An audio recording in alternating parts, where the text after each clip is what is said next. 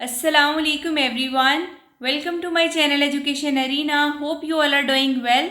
Today the topic which I am going to discuss in front of you people is a poem 435, Much Madness is Divinest Sense by Emily Dickinson.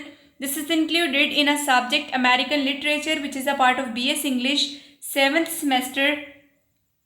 But आज का lecture start करने से पहले अगर आप लोगों ने अभी तक मेरा चैनल सब्सक्राइब नहीं किया so please do like, share and subscribe my channel and press the bell icon for the latest updates. So let's start it. Emily Dickinson की बायोग्राफी जो है वो ऑलरेडी प्रीवियस लेक्चर में डिस्कस हो चुकी है. You may visit that lecture in order to get the understanding of biography of Emily Dickinson. आज के इस लेक्चर में उसकी जो पोएम है much madness is divinest sense उसको हम डिस्कस करेंगे. तो सबसे पहले उसका टेक्स्ट जो है उसको रीड आउट कर लेते हैं. Much madness is divinest sense to a discerning eye, much sense, the starkest madness, 'tis the majority, in this as all prevail, assent and you are sane, dimmer you are straightway dangerous and handled with a chain. सबसे पहले इस poem का जो title है और theme है उसका एक ओवरव्यू ले लेते हैं. ये जो पोएम है इसके अंदर जो कन्वेंशनल डेफिनेशंस हैं, जो ट्रेडिशनल डेफिनेशंस हैं, जो रवायती डेफिनेशंस हैं मैडनेस और सैनिटी की, इनको चैलेंज किया गया है. ठीक है, अगर हम बात करें मैडनेस क्या है और सैनिटी क्या है, तो सैनिटी जो है it is a state of having a sound rational mind and ability to think, feel and behave in ways considered normal or acceptable by society.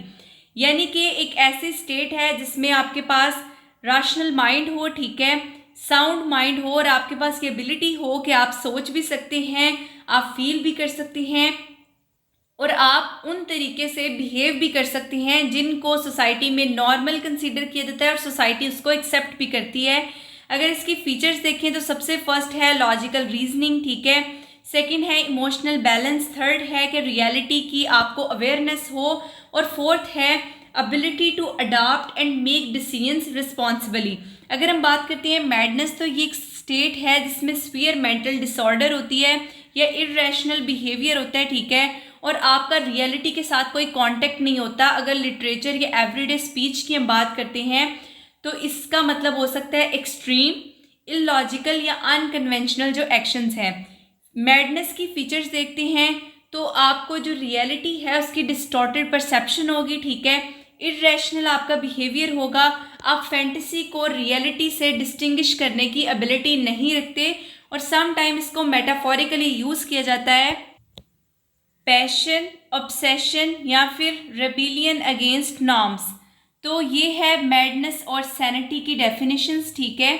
तो इस पोएम के अंदर उनकी जो रवायती डेफिनेशंस हैं उनको चैलेंज किया गया है और शायरा का कहना है कि जिसे आम तौर पर पागलपन कहा जाता है वो दरअसल गहरी दानाई हो सकती है, वो प्रोफाउंड विजडम हो सकती है, ठीक है, अगर इंसान हकीकत को साफ तौर पर देखे. कन्वर्सली इन कंट्रास्ट या इसके बरक्स जिसे आम तौर पर अकल या होशमंदी समझा जाता है, जिसे सैनिटी या सेंस जो है वो समझा जाता है, वही दरअसल हकीकती पागलपन भी हो सकता है. एमिली डिकिंसन जो है सोशल कन्फर्मिटी जो है, ठीक है, उस पर तनकीद करती हैं. सोशल कन्फर्मिटी बेसिकली एक एक्ट है कि कोई इंसान अपना बिहेवियर, अपने बिलीव्स, अपने एटीट्यूड्स जो है उनको चेंज करे ताकि जो ग्रुप या सोसाइटी की एक्सपेक्टेशंस हैं, रूल्स हैं और नॉर्म्स हैं वो उनके साथ अलाइन हो सकें. और इसके साथ साथ हम कह सकते हैं कि ये इंडिविजुअल्स की टेंडेंसी है कि अपने एक्शंस और अपने ओपिनियंस को दूसरों के साथ मैच करना ताकि उनको एक्सेप्ट किया जाए, कॉन्फ्लिक्ट से बचा जा सके और एक सेंस ऑफ बिलोंगिंग जो है उनको फील हो.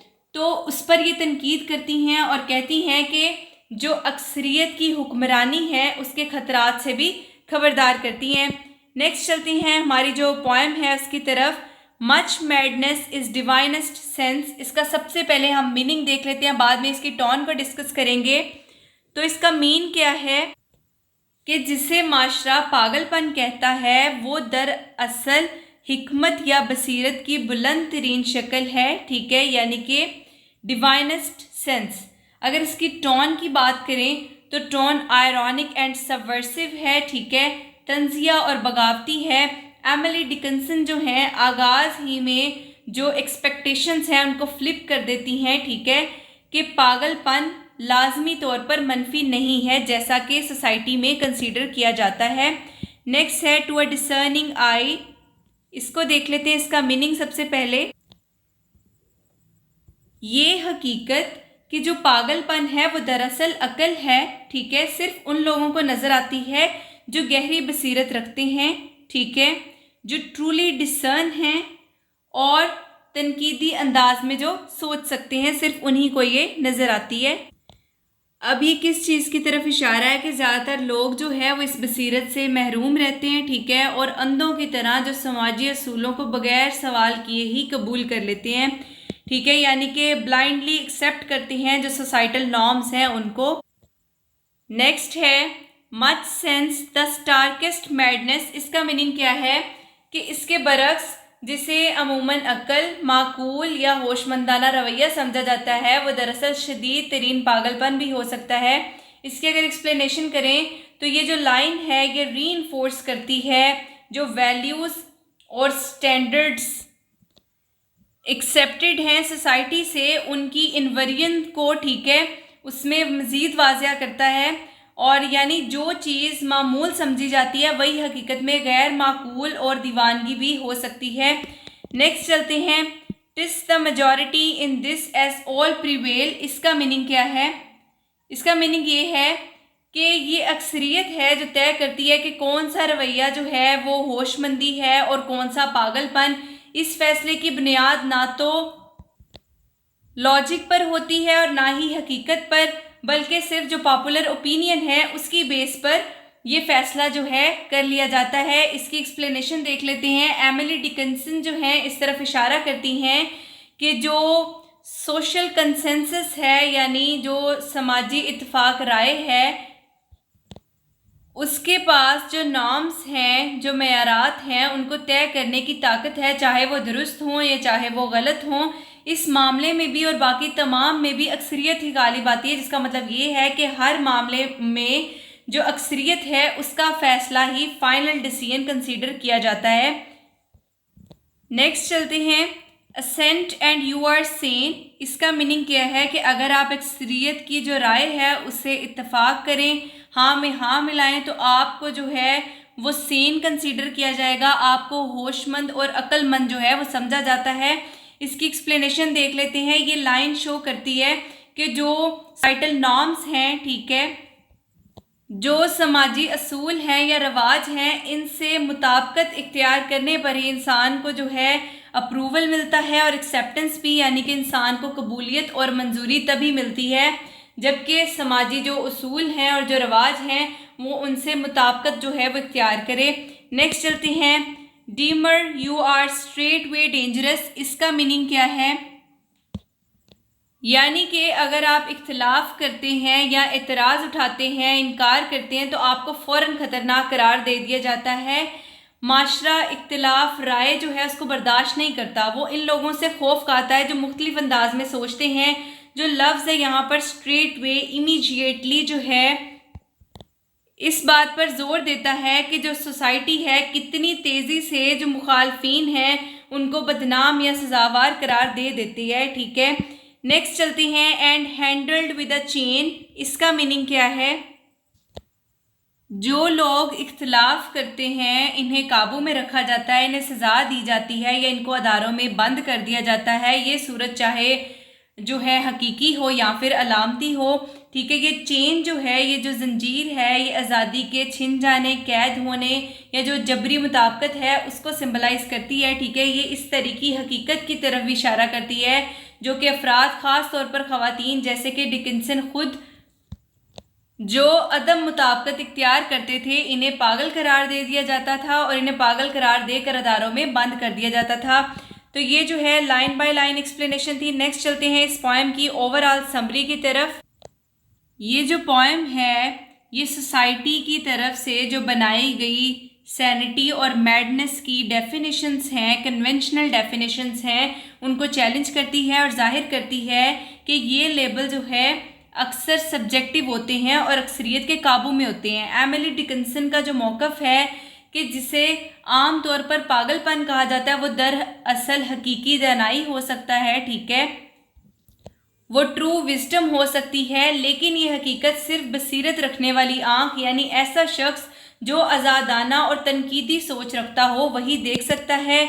नेक्स्ट है, इसके बरक्स जिसे माशरा अक्ल या माकूल रवैया करार देता है वो हकीकत में असल पागलपन हो सकता है, मगर इसे इसलिए कबूल कर लिया जाता है कि अक्सरियत तय करती है कि क्या माकूल है, ठीक है, क्या मामूल है, कौन जो है वो मैड है, ठीक है, कौन जो है वो सेन है, और ये अक्सरियत तय करती है। और जो लोग समाजी असूलों से इत्तफाक करते हैं वो होशमंद हैं और वो महफूज समझे जाते हैं, लेकिन जो लोग इख्तलाफ करते हैं या मज़ाहमत करते हैं वो फ़ौरन ख़तरनाक करार दिया जाता है, उनको इन्हें सज़ा दी जाती है या इनको खामोश करा दिया जाता है, जिसे जंजीर से काबू में लाया जाना की तरफ जो है वो इशारा किया गया है।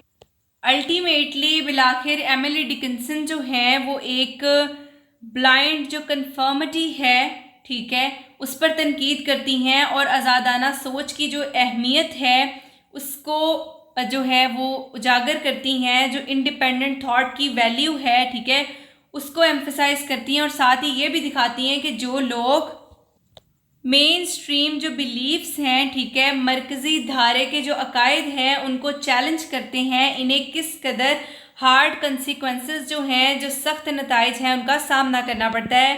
तो ये जो है पोएम की ओवरऑल समरी थी। नेक्स्ट चलते हैं इसके की थीम्स की तरफ। फर्स्ट है कन्फर्मिटी वर्सेस इंडिविजुअलिज्म, ठीक है।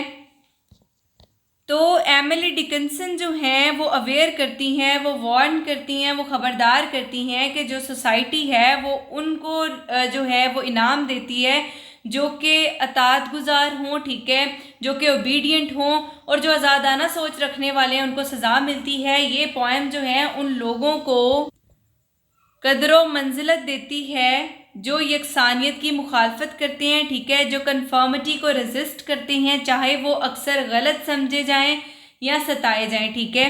नेक्स्ट चलते हैं इसके सेकंड थीम की तरफ जो कि है मैडनेस एंड सैनिटी, ठीक है, यानी पागलपन और होशमंदी। ये जो नज़म है, ये जो पोएम है, पागलपन और होशमंदी यानी कि मैडनेस और सैनिटी की जो दो टोक तकसीम है उसको चैलेंज करती है। एमिली डिकिंसन के मुताबिक ये लेबल दरअसल समाजी जो तराशे गए तसव्वुरात हैं, ठीक है, जो सोशल कंस्ट्रक्ट्स हैं वो हैं जो कि अक्सर लोगों को काबू में रखने या दबाने के लिए इस्तेमाल होते हैं। इसका थर्ड थीम है पावर ऑफ मेजॉरिटी, ठीक है, यानी कि अक्सरियत की ताकत। अक्सरियत की ये सलाहियत है कि वो तय करे कि क्या काबिल कबूल है, इसे ख़तरनाक बना देती है। यहाँ पर ये बात जो है उस पर एम्फसाइज किया गया है, फोकस किया गया है कि हकीकत और दानाई को अक्सर अवामी राय के बोझ तले जो है वो दबा दिया जाता है। नेक्स्ट चलते हैं interpretive insight, which means a deeper understanding और explanation of a text, of an idea, of a situation that goes beyond its surface meaning, ठीक है। इसमें एनालिसिस होता है, क्रिटिकल थिंकिंग होती है या पर्सनल पर्सपेक्टिव होता है, जो थीम्स हैं, सिंबल्स हैं और इम्प्लीकेशंस हैं उनको अनकवर करने के लिए, ठीक है। ये अपने ज़माने यानी कि मिड 19th सेंचुरी के लिए एक जो है रेडिकल पोएम है, एक इनकलाबी पोएम है, ख़ास तौर पर एक ऐसी जो है वुमेन की तरफ से है जो गहरे पेट्रियार्कल माशरे में रहती है, patriarchal society, male dominated society, ठीक है। एमिली डिकिंसन इस बात पर तनकीद करती हैं कि ताकत और समाजी असूल किस आसानी से इखलाकियात और होशमंदी और हकीकत को डिटर्मिन करते हैं। वो इशारा करती हैं कि जो असल बसीरत है, ठीक है, वो अक्सर नॉन कन्फर्मिटी में छुपी होती है, ठीक है, और जो लोग हकीकत को देखते और बयान करते हैं इन्हें अक्सर जो है खामोश करा दिया जाता है या फिर सज़ा दी जाती है। नेक्स्ट चलते हैं फाइनल थॉट्स की तरफ। एमिली डिकिंसन की ये जो पोएम है much madness is divinest sense, ये समाजी असूलों पर एक ताकतवर और मुख्तसर जो है क्रिटिक है, एक तनकीद है। सिर्फ कुछ लाइंस में वो ये वाज़ह कर देती हैं कि किस तरह कन्फर्मिटी को इनाम दिया जाता है और इख्तिलाफ को बीमारी या पागलपन करार दे दिया जाता है, ये पोएम जो है एक ब्लाइंड क्रिटिक की बजाय जो फ़र्द की बसीरत की कदर करने की दावत देती है और इस दुनिया में मुख्तलिफ सोचने की कीमत के बारे में भी खबरदार करती है जो यकसानियत का तकाजा करती है। तो ये आज का हमारा लेक्चर था। Hope you guys understand my lecture, so please do like, share and subscribe my channel and press the bell icon for the latest updates. Inshallah, in future, I'll try to make more lectures for you people. Thank you very much.